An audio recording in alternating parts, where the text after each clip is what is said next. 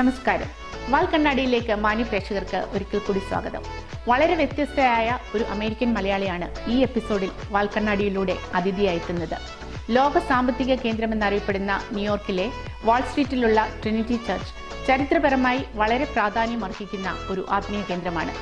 ഏതാണ്ട് അമേരിക്കയുടെ ചരിത്രത്തോളം പഴക്കവും പ്രാധാന്യവുമുള്ള ഒരു ക്രിസ്ത്യൻ ദേവാലയമാണിത്. ഈ ദേവാലയത്തിന്റെ ഡയറക്ടർ ഓഫ് ജസ്റ്റിസ് ആൻഡ് റീകൺസിലേഷനായി പ്രവർത്തിക്കുന്നത് മലയാളിയായ റവറൻ വിനി വർഗീസ്. ശ്രീ കോളിസൺ വർഗീസ് നടത്തുന്ന ഈ അഭിമുഖം നമുക്ക് ശ്രദ്ധിക്കാം. വാൽക്കണ്ണാടിയിലേക്ക് ഏവർക്കും ഒരിക്കൽ കൂടി സ്വാഗതം. ലോകത്തിന്റെ സാമ്പത്തിക ക്രമങ്ങൾക്ക് ചുക്കാൻ പിടിക്കുന്ന ന്യൂയോർക്ക് സിറ്റിയിലെ വാൾ സ്ട്രീറ്റിൽ സ്ഥിതി ചെയ്യുന്ന ട്രിനിറ്റി ചർച്ചിലാണ് ഇന്ന് ഈ സെഗ്മെന്റ് തയ്യാറാക്കുന്നത്. അമേരിക്കയുടെ ചരിത്രത്തിലെ ഏറ്റവും പ്രധാനപ്പെട്ട ഒരു ഭാഗം വഹിക്കുന്ന ഒരു ചർച്ചാണ് ട്രിനിറ്റി ചർച്ച്. വാൾ സ്ട്രീറ്റിനെ പറ്റി എല്ലാവർക്കും അറിയാമെങ്കിലും 330 വർഷങ്ങൾക്ക് മുമ്പ് അമേരിക്കയുടെ ഒന്നാമത്തെ പ്രസിഡന്റ് ജോർജ് വാഷിങ്ടൺ അദ്ദേഹം വാൾ സ്ട്രീറ്റിലുള്ള ഫെഡറൽ ബിൽഡിങ്ങിൽ സത്യപ്രതിജ്ഞ ചെയ്ത ശേഷം നടന്നു വന്ന് പ്രാർത്ഥിച്ച ചാപ്പല് സെയിൻറ്റ് പോൾസ് ചാപ്പൽ ഈ ട്രിനിറ്റി ചർച്ചിൻ്റെ അനുബന്ധമായിട്ടുള്ള ചാപ്പലാണ്. ഈ ചരിത്രപ്രധാനമായ ദേവാലയത്തിൻ്റെ ചുക്കാൻ പിടിക്കുന്ന ഒരു മഹത് വ്യക്തി റവറൻ വിനി വർഗീസ്, ഒരു മലയാളി ഇതിൻ്റെ സാരഥ്യം വഹിക്കുന്നു എന്നുള്ളത് വളരെയധികം സന്തോഷം തരുന്നൊരു കാര്യമാണ്. ഇന്ന് ഈ സെഗ്മെന്റിലെ റവറൻ വിനി വർഗീസ് തൻ്റെ ജീവിതവും തൻ്റെ കാഴ്ചപ്പാടുകളും നമ്മോടൊപ്പം പങ്കുവയ്ക്കുന്നു.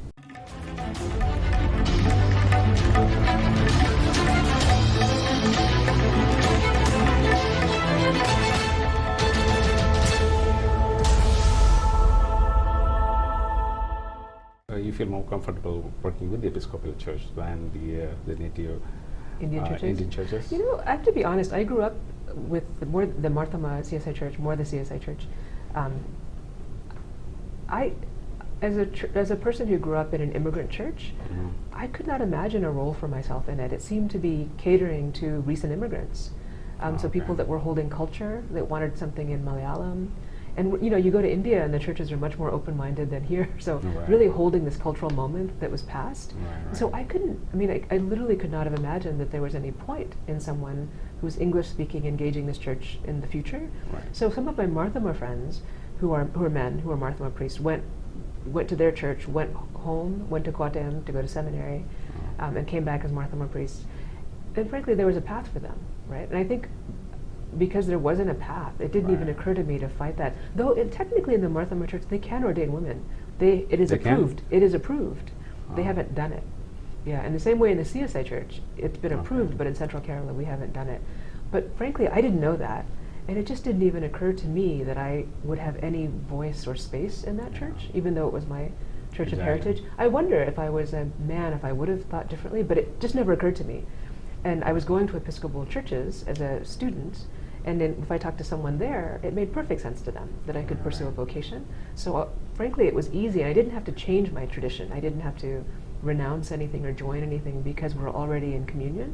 Because if I had to renounce something, I don't think I would have done it, because I could not renounce my heritage, right? But I didn't have to. And so it seemed to follow very logically for me. And I was listening to your sermons. You know, you have interesting sermons in the YouTube and all.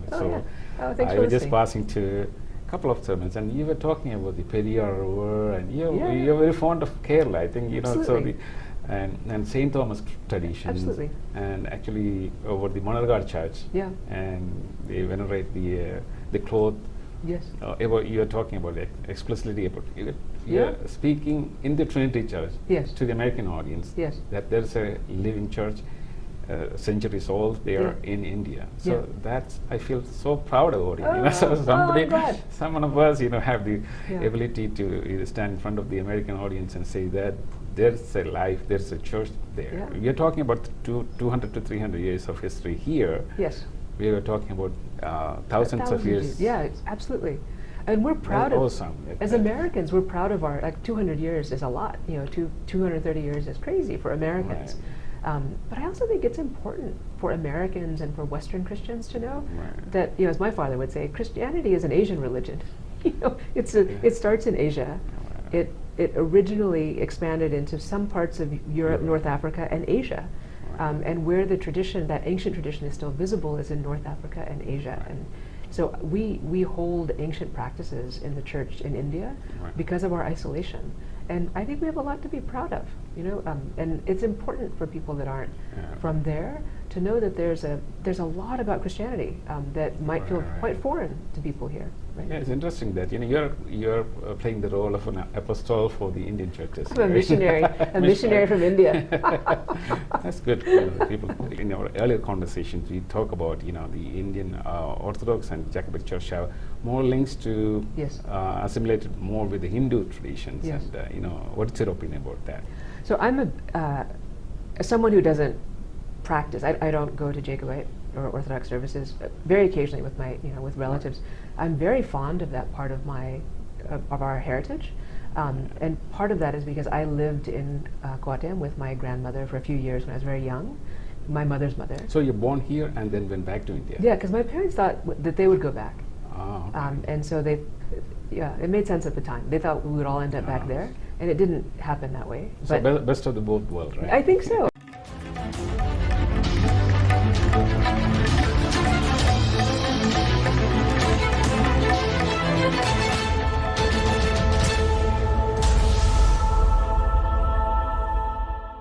We are gifted in what we have, and we give.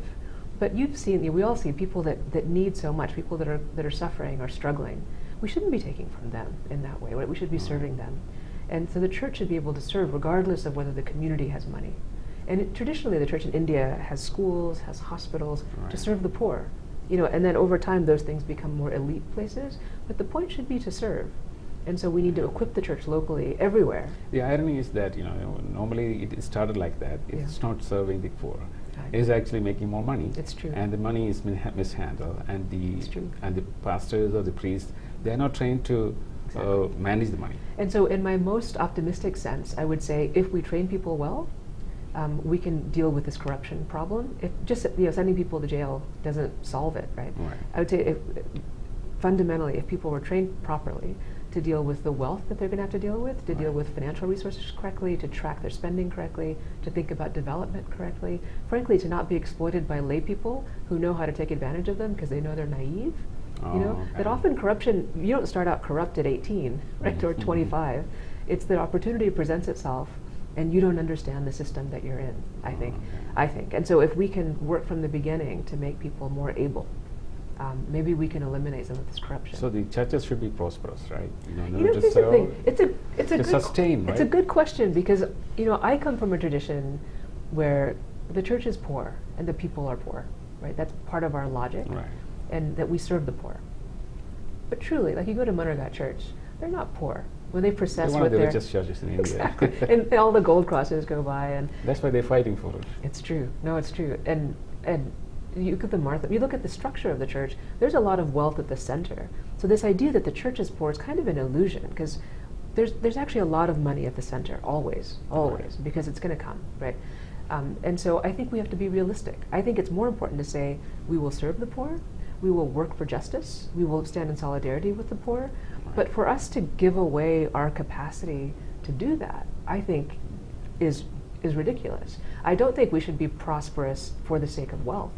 And I don't think we should be chaplains to the wealthy to make sure that people that exploit others are okay. But I do think we should have the resource we need to do good, and then we should be driven by those values, which are gospel values. Okay, that's good. That's a good point you're making. Actually, that should be a role model for the churches in India to how to manage the the wealth is not bad, right? Right in the from the Wall Street now we are talking. So we cannot say that wealth is not bad, but the purpose to serve the poor that's also important. But you should not. We can make. I would say we can make a just society. We don't live in one right now in this country, and I think in India. I mean, if you have some people making billions and billions of dollars, and then you have other people working 14 hours a day, and cannot find a place to live and cannot eat. That's not right, right? So that means that their their labor is not honored correctly. Right. But I absolutely believe that we can have a just society within which people can invest in communities, that our governance is structured so that people Right. can live with dignity, and then people that cannot care for themselves, people who are ill in some way or for some reason cannot, Right. can be properly cared for.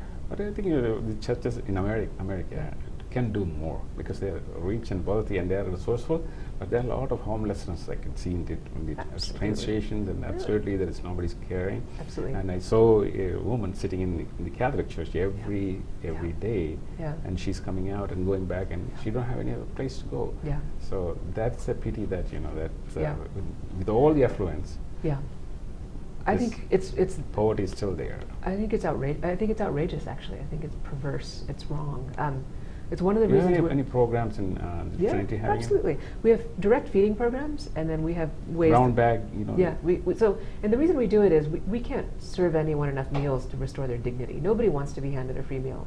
They want to Okay. people want to have their own lives. Right. But so we do it. It's just a token, but it's a way to start a relationship so that we Right. can then help them, because there's city resources and there's ways to get help, to begin to reestablish your life. Okay. So so we do that. We connect people to resources, but we're also spending millions of dollars in grants to work on homelessness as a problem in the city. And the problem with homelessness is we need jobs that pay a decent salary, and we need affordable housing, because people deserve to live with dignity on their So own. you're working along with the city, or you We- have yeah. a separate plan to? So we work with the city. We work with service groups and advocacy groups, but we also work on policy. Okay. So what kind of policies, So our homelessness and housing project right now, it's a new focus for us, but we're working both on partnering in developing with developers Mhm. to build housing. With the city, as more and more people are decarcerated, our prison population is falling, thank Right. God, because we've incarcerated a lot of people that don't need to be incarcerated. just for this- the drugs, they or for half of nothing, the for population. minor things. Yeah, it's ridiculous, right? That once we that's expensive, right? To actually put Right. people in prison is very expensive. So as that population decreases, that's money that the city has, and that money should go back into how we help people to rebuild their lives, which includes housing and supported Right. housing. So we're both working on housing for people that, again, because of mental illness or addiction or some other trauma, cannot live independently, need a lot of support. But we're also working on how we build more affordable housing. So we want to be part of building some of that. Then we'll also work with partners to build Right. it. And talking about justice, and what about the world justice? So the world is going through a lot of trouble now Yeah. with the crisis in Saudi Arabia and all those Yeah. things. So what the church have any impact, can make an impact on the political side? Yeah, we don't have a lot of engagement internationally on social justice. We try to have some humility as Americans that Right. we take up a lot of space on the planet. So we try to have some humility that we need to get our place right. So our social justice work is through the lens of race and racial justice here in this country. We're a country founded on genocide and slavery, and so we work on the reckoning of that. That's part of our history at Trinity as well. We were built at a time when the first vestrymen of Trinity Church all had owned enslaved people. But right? in America, it's being in a spiritual decline because the moral core is lacking sometimes. Yeah. You feel like the immigrants, they had to go back to their own country. yeah. That rhetoric is quite often. Yeah. So what the church can do about it? Oh, yeah, so this is the same. This is the reason we work on race. We can't talk about immigration in this time without talking about race. If we think we are external to racism in this country, we're fools, right? The anti-immigrant language right now in this country is basically for black and brown people. Nobody's telling white people to go home, and the president actually very specifically said he wouldn't mind more white people immigrating to this country.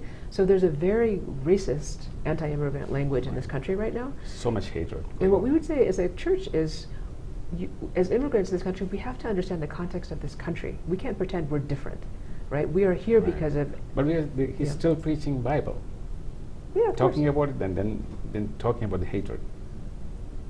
Yeah. Well, this is the thing we need to know as Christians, for people that are Christians, and for any religion. The conversation starts with the Bible and all these teachings. You can take any religion, right, Right. and turn it on its head and make it hateful.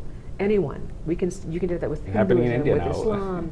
Yeah, you can do it with Christianity. You can do it with Judaism. Any religion can be turned into something small and culturally specific and hateful. You can do it with anyone. So Christianity, at its heart, is a very expansive and open and generous religion.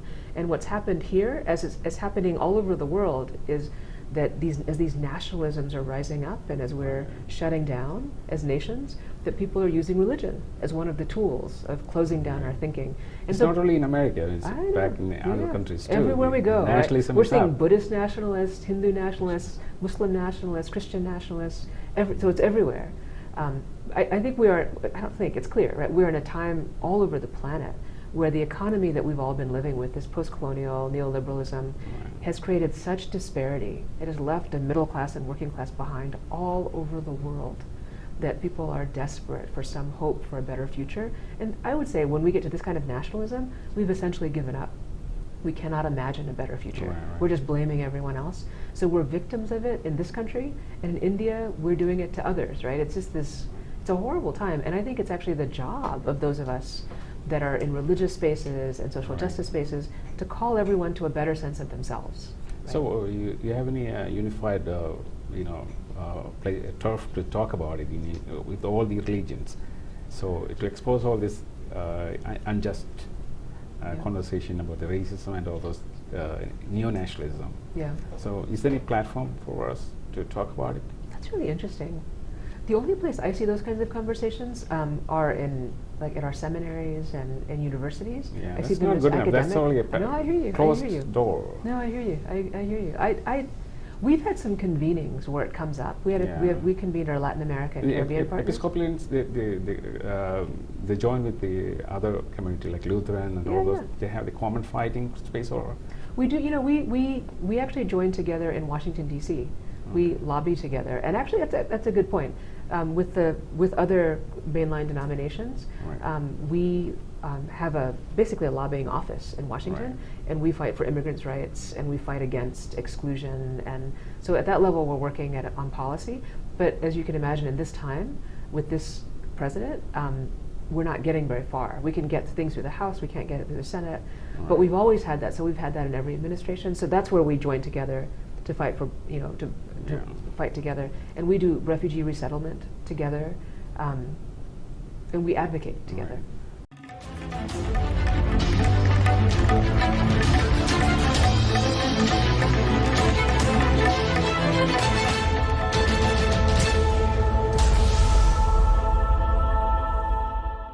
At the same time, the American churches are more liberal in the sense that, for the sexual orientation, all those kind of things, it's too liberal and people are stepping away from the church. Do you think so? I don't think it's because it's too liberal. So I think there's a decline in participation in religious life, period, in the West, which is interesting. That's happening everywhere. And there is this. So the affluence, or? That's a good question. I think maybe affluence. I think one of the things that's actually happened is that if you think about what Protestant values are, Christian Protestant values, they are so close to human rights values that I think one of the things that's happened is our values are the values of the culture. We have so kind of permeated the culture that you don't have to go to this separate place, right? Our human rights language is all Christian language, right? So in some ways we have fully permeated the culture, but in other ways I would say I think the church has really struggled to find a voice, the mainline church, the liberal church, because they don't want to impose on people. They don't want to say, you must be one of us. We don't believe you must be. And so the right wing and the evangelical traditions that are more right wing have been very vociferous and very kind of urgent trying to convert people. And we're really clear that we're not that. We're not fundamentalists. We're not hateful of other traditions. We're not judgmental. And so that church was growing, but they're declining now as well. Everyone's declining. The Roman Catholics are declining. Their numbers are only consistent because of immigrants. And that's why I would say it's not about liberalism, because those are not liberal churches. Religion overall is declining in our country. So what is the root cause, maybe? I don't know that I know exactly what it is, but I think I think people doesn't seem like religion is important to them anymore. But when you talk to people about their religion, you look at the studies about this, what they'll say is that people will say personally they are religious, that they're pious, they're spiritual. They don't find religious communities essential to them, which I would say is, I would blame the religious communities for that. We are not speaking in the language of the culture or engaging the culture in a way that they can understand. Because if people said, I'm not spiritual, I don't need any of that, that's one thing. That's not what they're saying. They're saying they don't find that we meet that need. And so I've never worked in a church that wasn't growing. Everywhere I've been, that I've worked, everywhere I've worshipped, people are coming. So clearly there are places. I had that, in Europe, in Brody Church, Yeah. in the village, the church was growing very fast. Yeah. That's what I heard about your name, actually. Yeah. Well, and that So what magic you did there? I didn't. I think I engaged people exactly where they were. In our preaching and our worship, everything we do, we engage community and their issues, and we try to speak about real life. You know, and it's not magic. Right? We've always that's what I've done everywhere I've been, and my colleagues have done. That's what and, Jesus did, right? and exactly real life, right? And Jesus is constantly crossing boundaries, going places he shouldn't go, Right. talking to people that are not the right people, right? And to me, that's what the church is supposed to be, and that's where our liberalism comes from as well. The goal is not to keep it small. The goal is, you know, what the Gospel show us. If you look at the Bible, right, is Jesus could have sat in the synagogue all day, right? He could have the whole Bible could be about Jesus teaching in the synagogue. He's rarely in that place. He's always somewhere in between, or out in the community, or talking to someone he shouldn't be talking to, or something like that, and basically showing us where the action of God is. Right. And I think it's an indication to us as Christians, if we want to see where God is alive in the world, that's where we should be. And to me, when we do that, my experience is people come to our communities. They want to be a part of them. I think that's a good point, that the church has to think about the way to approach the people. Yeah. So that could be different. Coming to the church and you're serving them. No, not them. You had to outreach to the people, Yeah. outreach to the community Yeah. to get more people. And then when you go to the community, you don't say, I have something for you over here. Right. You meet them right where they are, right? And Exactly. I do have friends that would say, that are angry and inside their church, and they can't understand why people don't come. Yeah. You know? And East Village is, it's like a totally different culture, but Yeah. your church was growing there. I have you to know, say, so- it's like I'm still a little proud of that. That in a place that is so not Christian and not religious, I feel like it proved the point that when you preach the gospel in the context that you are in, it is compelling. It's the same to me as Thomas coming to Kerala. My question is, what did he Exactly. say? What did he say that made any sense to us, to our ancestors? And I think when you preach the gospel in the context that you're in, it is compelling. That's a great point, because you're angling with the Saint Thomas Yeah. preaching in, What did he in the say? first century. What did he say, right? to This Indians. Jewish guy from from a village, Right. That, coming to Kerala, like what could he possibly have you said? did the same magic in East Village to get Same the people. idea, right? Same Yeah. idea. That's good. that's really Yeah. nice. What about the freedom you're talking about? In your conversations, Yeah. you always talk about freedom. Yeah. And what actually Yeah. so the Galatians talking Yes. about the My freedom favorite. in Jesus Christ, and Yeah. and what is your connotation of the Yeah. freedom in Jesus Christ? So one way to think about what theology is, right? So theology is our language about God, and what's happening in the text is that religion is not helping us to live separately than other human beings. It's helping us to live our lives more fully, like more here, right? More present. Right. And that part of the language that Paul uses, the ways of the world, right? A lot of what that is are those things that tell us that if we make enough money, right? If we do certain things, that we can be protected from insecurity, from fear, from Right. vulnerability. And what all the religious traditions teach us, every last one will tell us, there is nothing you can do to change the fact of your vulnerability on this planet. But somehow, in every generation we see in these texts, we have all tried. We try to build the tower really high. We try to build the walls really high, right? Exactly. We keep trying to protect and protect and protect. And the truth of the human experience is you cannot, right? And so how do we live fully in the lives that we've been given? And I think what the Gospels show us is all the people that are living that in a great diversity of ways, and where Jesus shows up in their lives. And I think Paul actually writes a lot about, so in the context that you're in, there's nothing you have to do to be worthy of God. You are. You simply Right. are, which is quite a radical teaching. All the traditions don't teach that. Many teachings will say there are good ways to live, the things you must do. Right. Christianity, interestingly, has very little of that if you look at our texts. That's interesting. Because think about what Jesus, we know what our culture asks us to do, right? Right. But think about what the Bible asks you to do. And there's very, very little. And a lot of it, like most all religious texts, contradict itself. You find these contradictions. So you can't just say, here's a list, because I can then take you a couple of chapters later where that list is completely contradicted, right? And Jesus points to that. And he keeps saying, what is the point of your human life? And Paul says, there is nothing you have to do to change yourself to be worthy of the teachings of this Jesus. But as you are, where you are, live fully in this life and live without boundaries. Share what you have, exclude no one.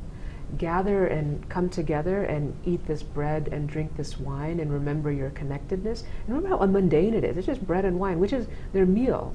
It's like Right. joy and energy. It's just basic. You know, it's not complex. That's life, actually, right? Right, essence. Just essence of regular living, but invite everyone to that table. Exclude no one from that table. Right. Remember God when you sit at that table.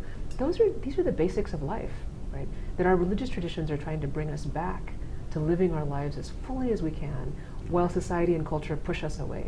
Exactly. You know, and then I think where our religious traditions can go wrong is then we say, and here's some boundaries around that. And often it's religious traditions want to control our bodies, right? Like control. And I would say actually what the text is pointing us to is a real freedom that is different than that. And you see it all the way through. It's constantly challenging itself. It'll say only marry in this group, and then Moses marries out, you know? Or it'll say only this is right, but then Jesus does that. So it's constantly kind of challenging itself. You see what the priests and the scholars want, and then you see what the prophets do. It's a beautiful message, you know. The freedom in Jesus Christ is to be open and outreach, rather than putting restrictions and boundaries. Yeah. That's my sermon. That's all I have. I listened to many of his sermons, and that's quite interesting. And actually, you put a lot of philosophy and thoughts into it. So I think the American public is going to be listening to you more. And thank you for your time and sharing with us. Yeah. And I wish you good luck with all your endeavors in the global sphere and in your parish work. Thank you. Thank you for the conversation.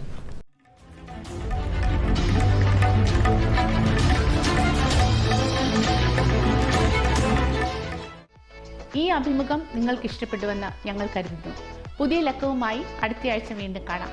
അതുവരെ നന്ദി, നമസ്കാരം.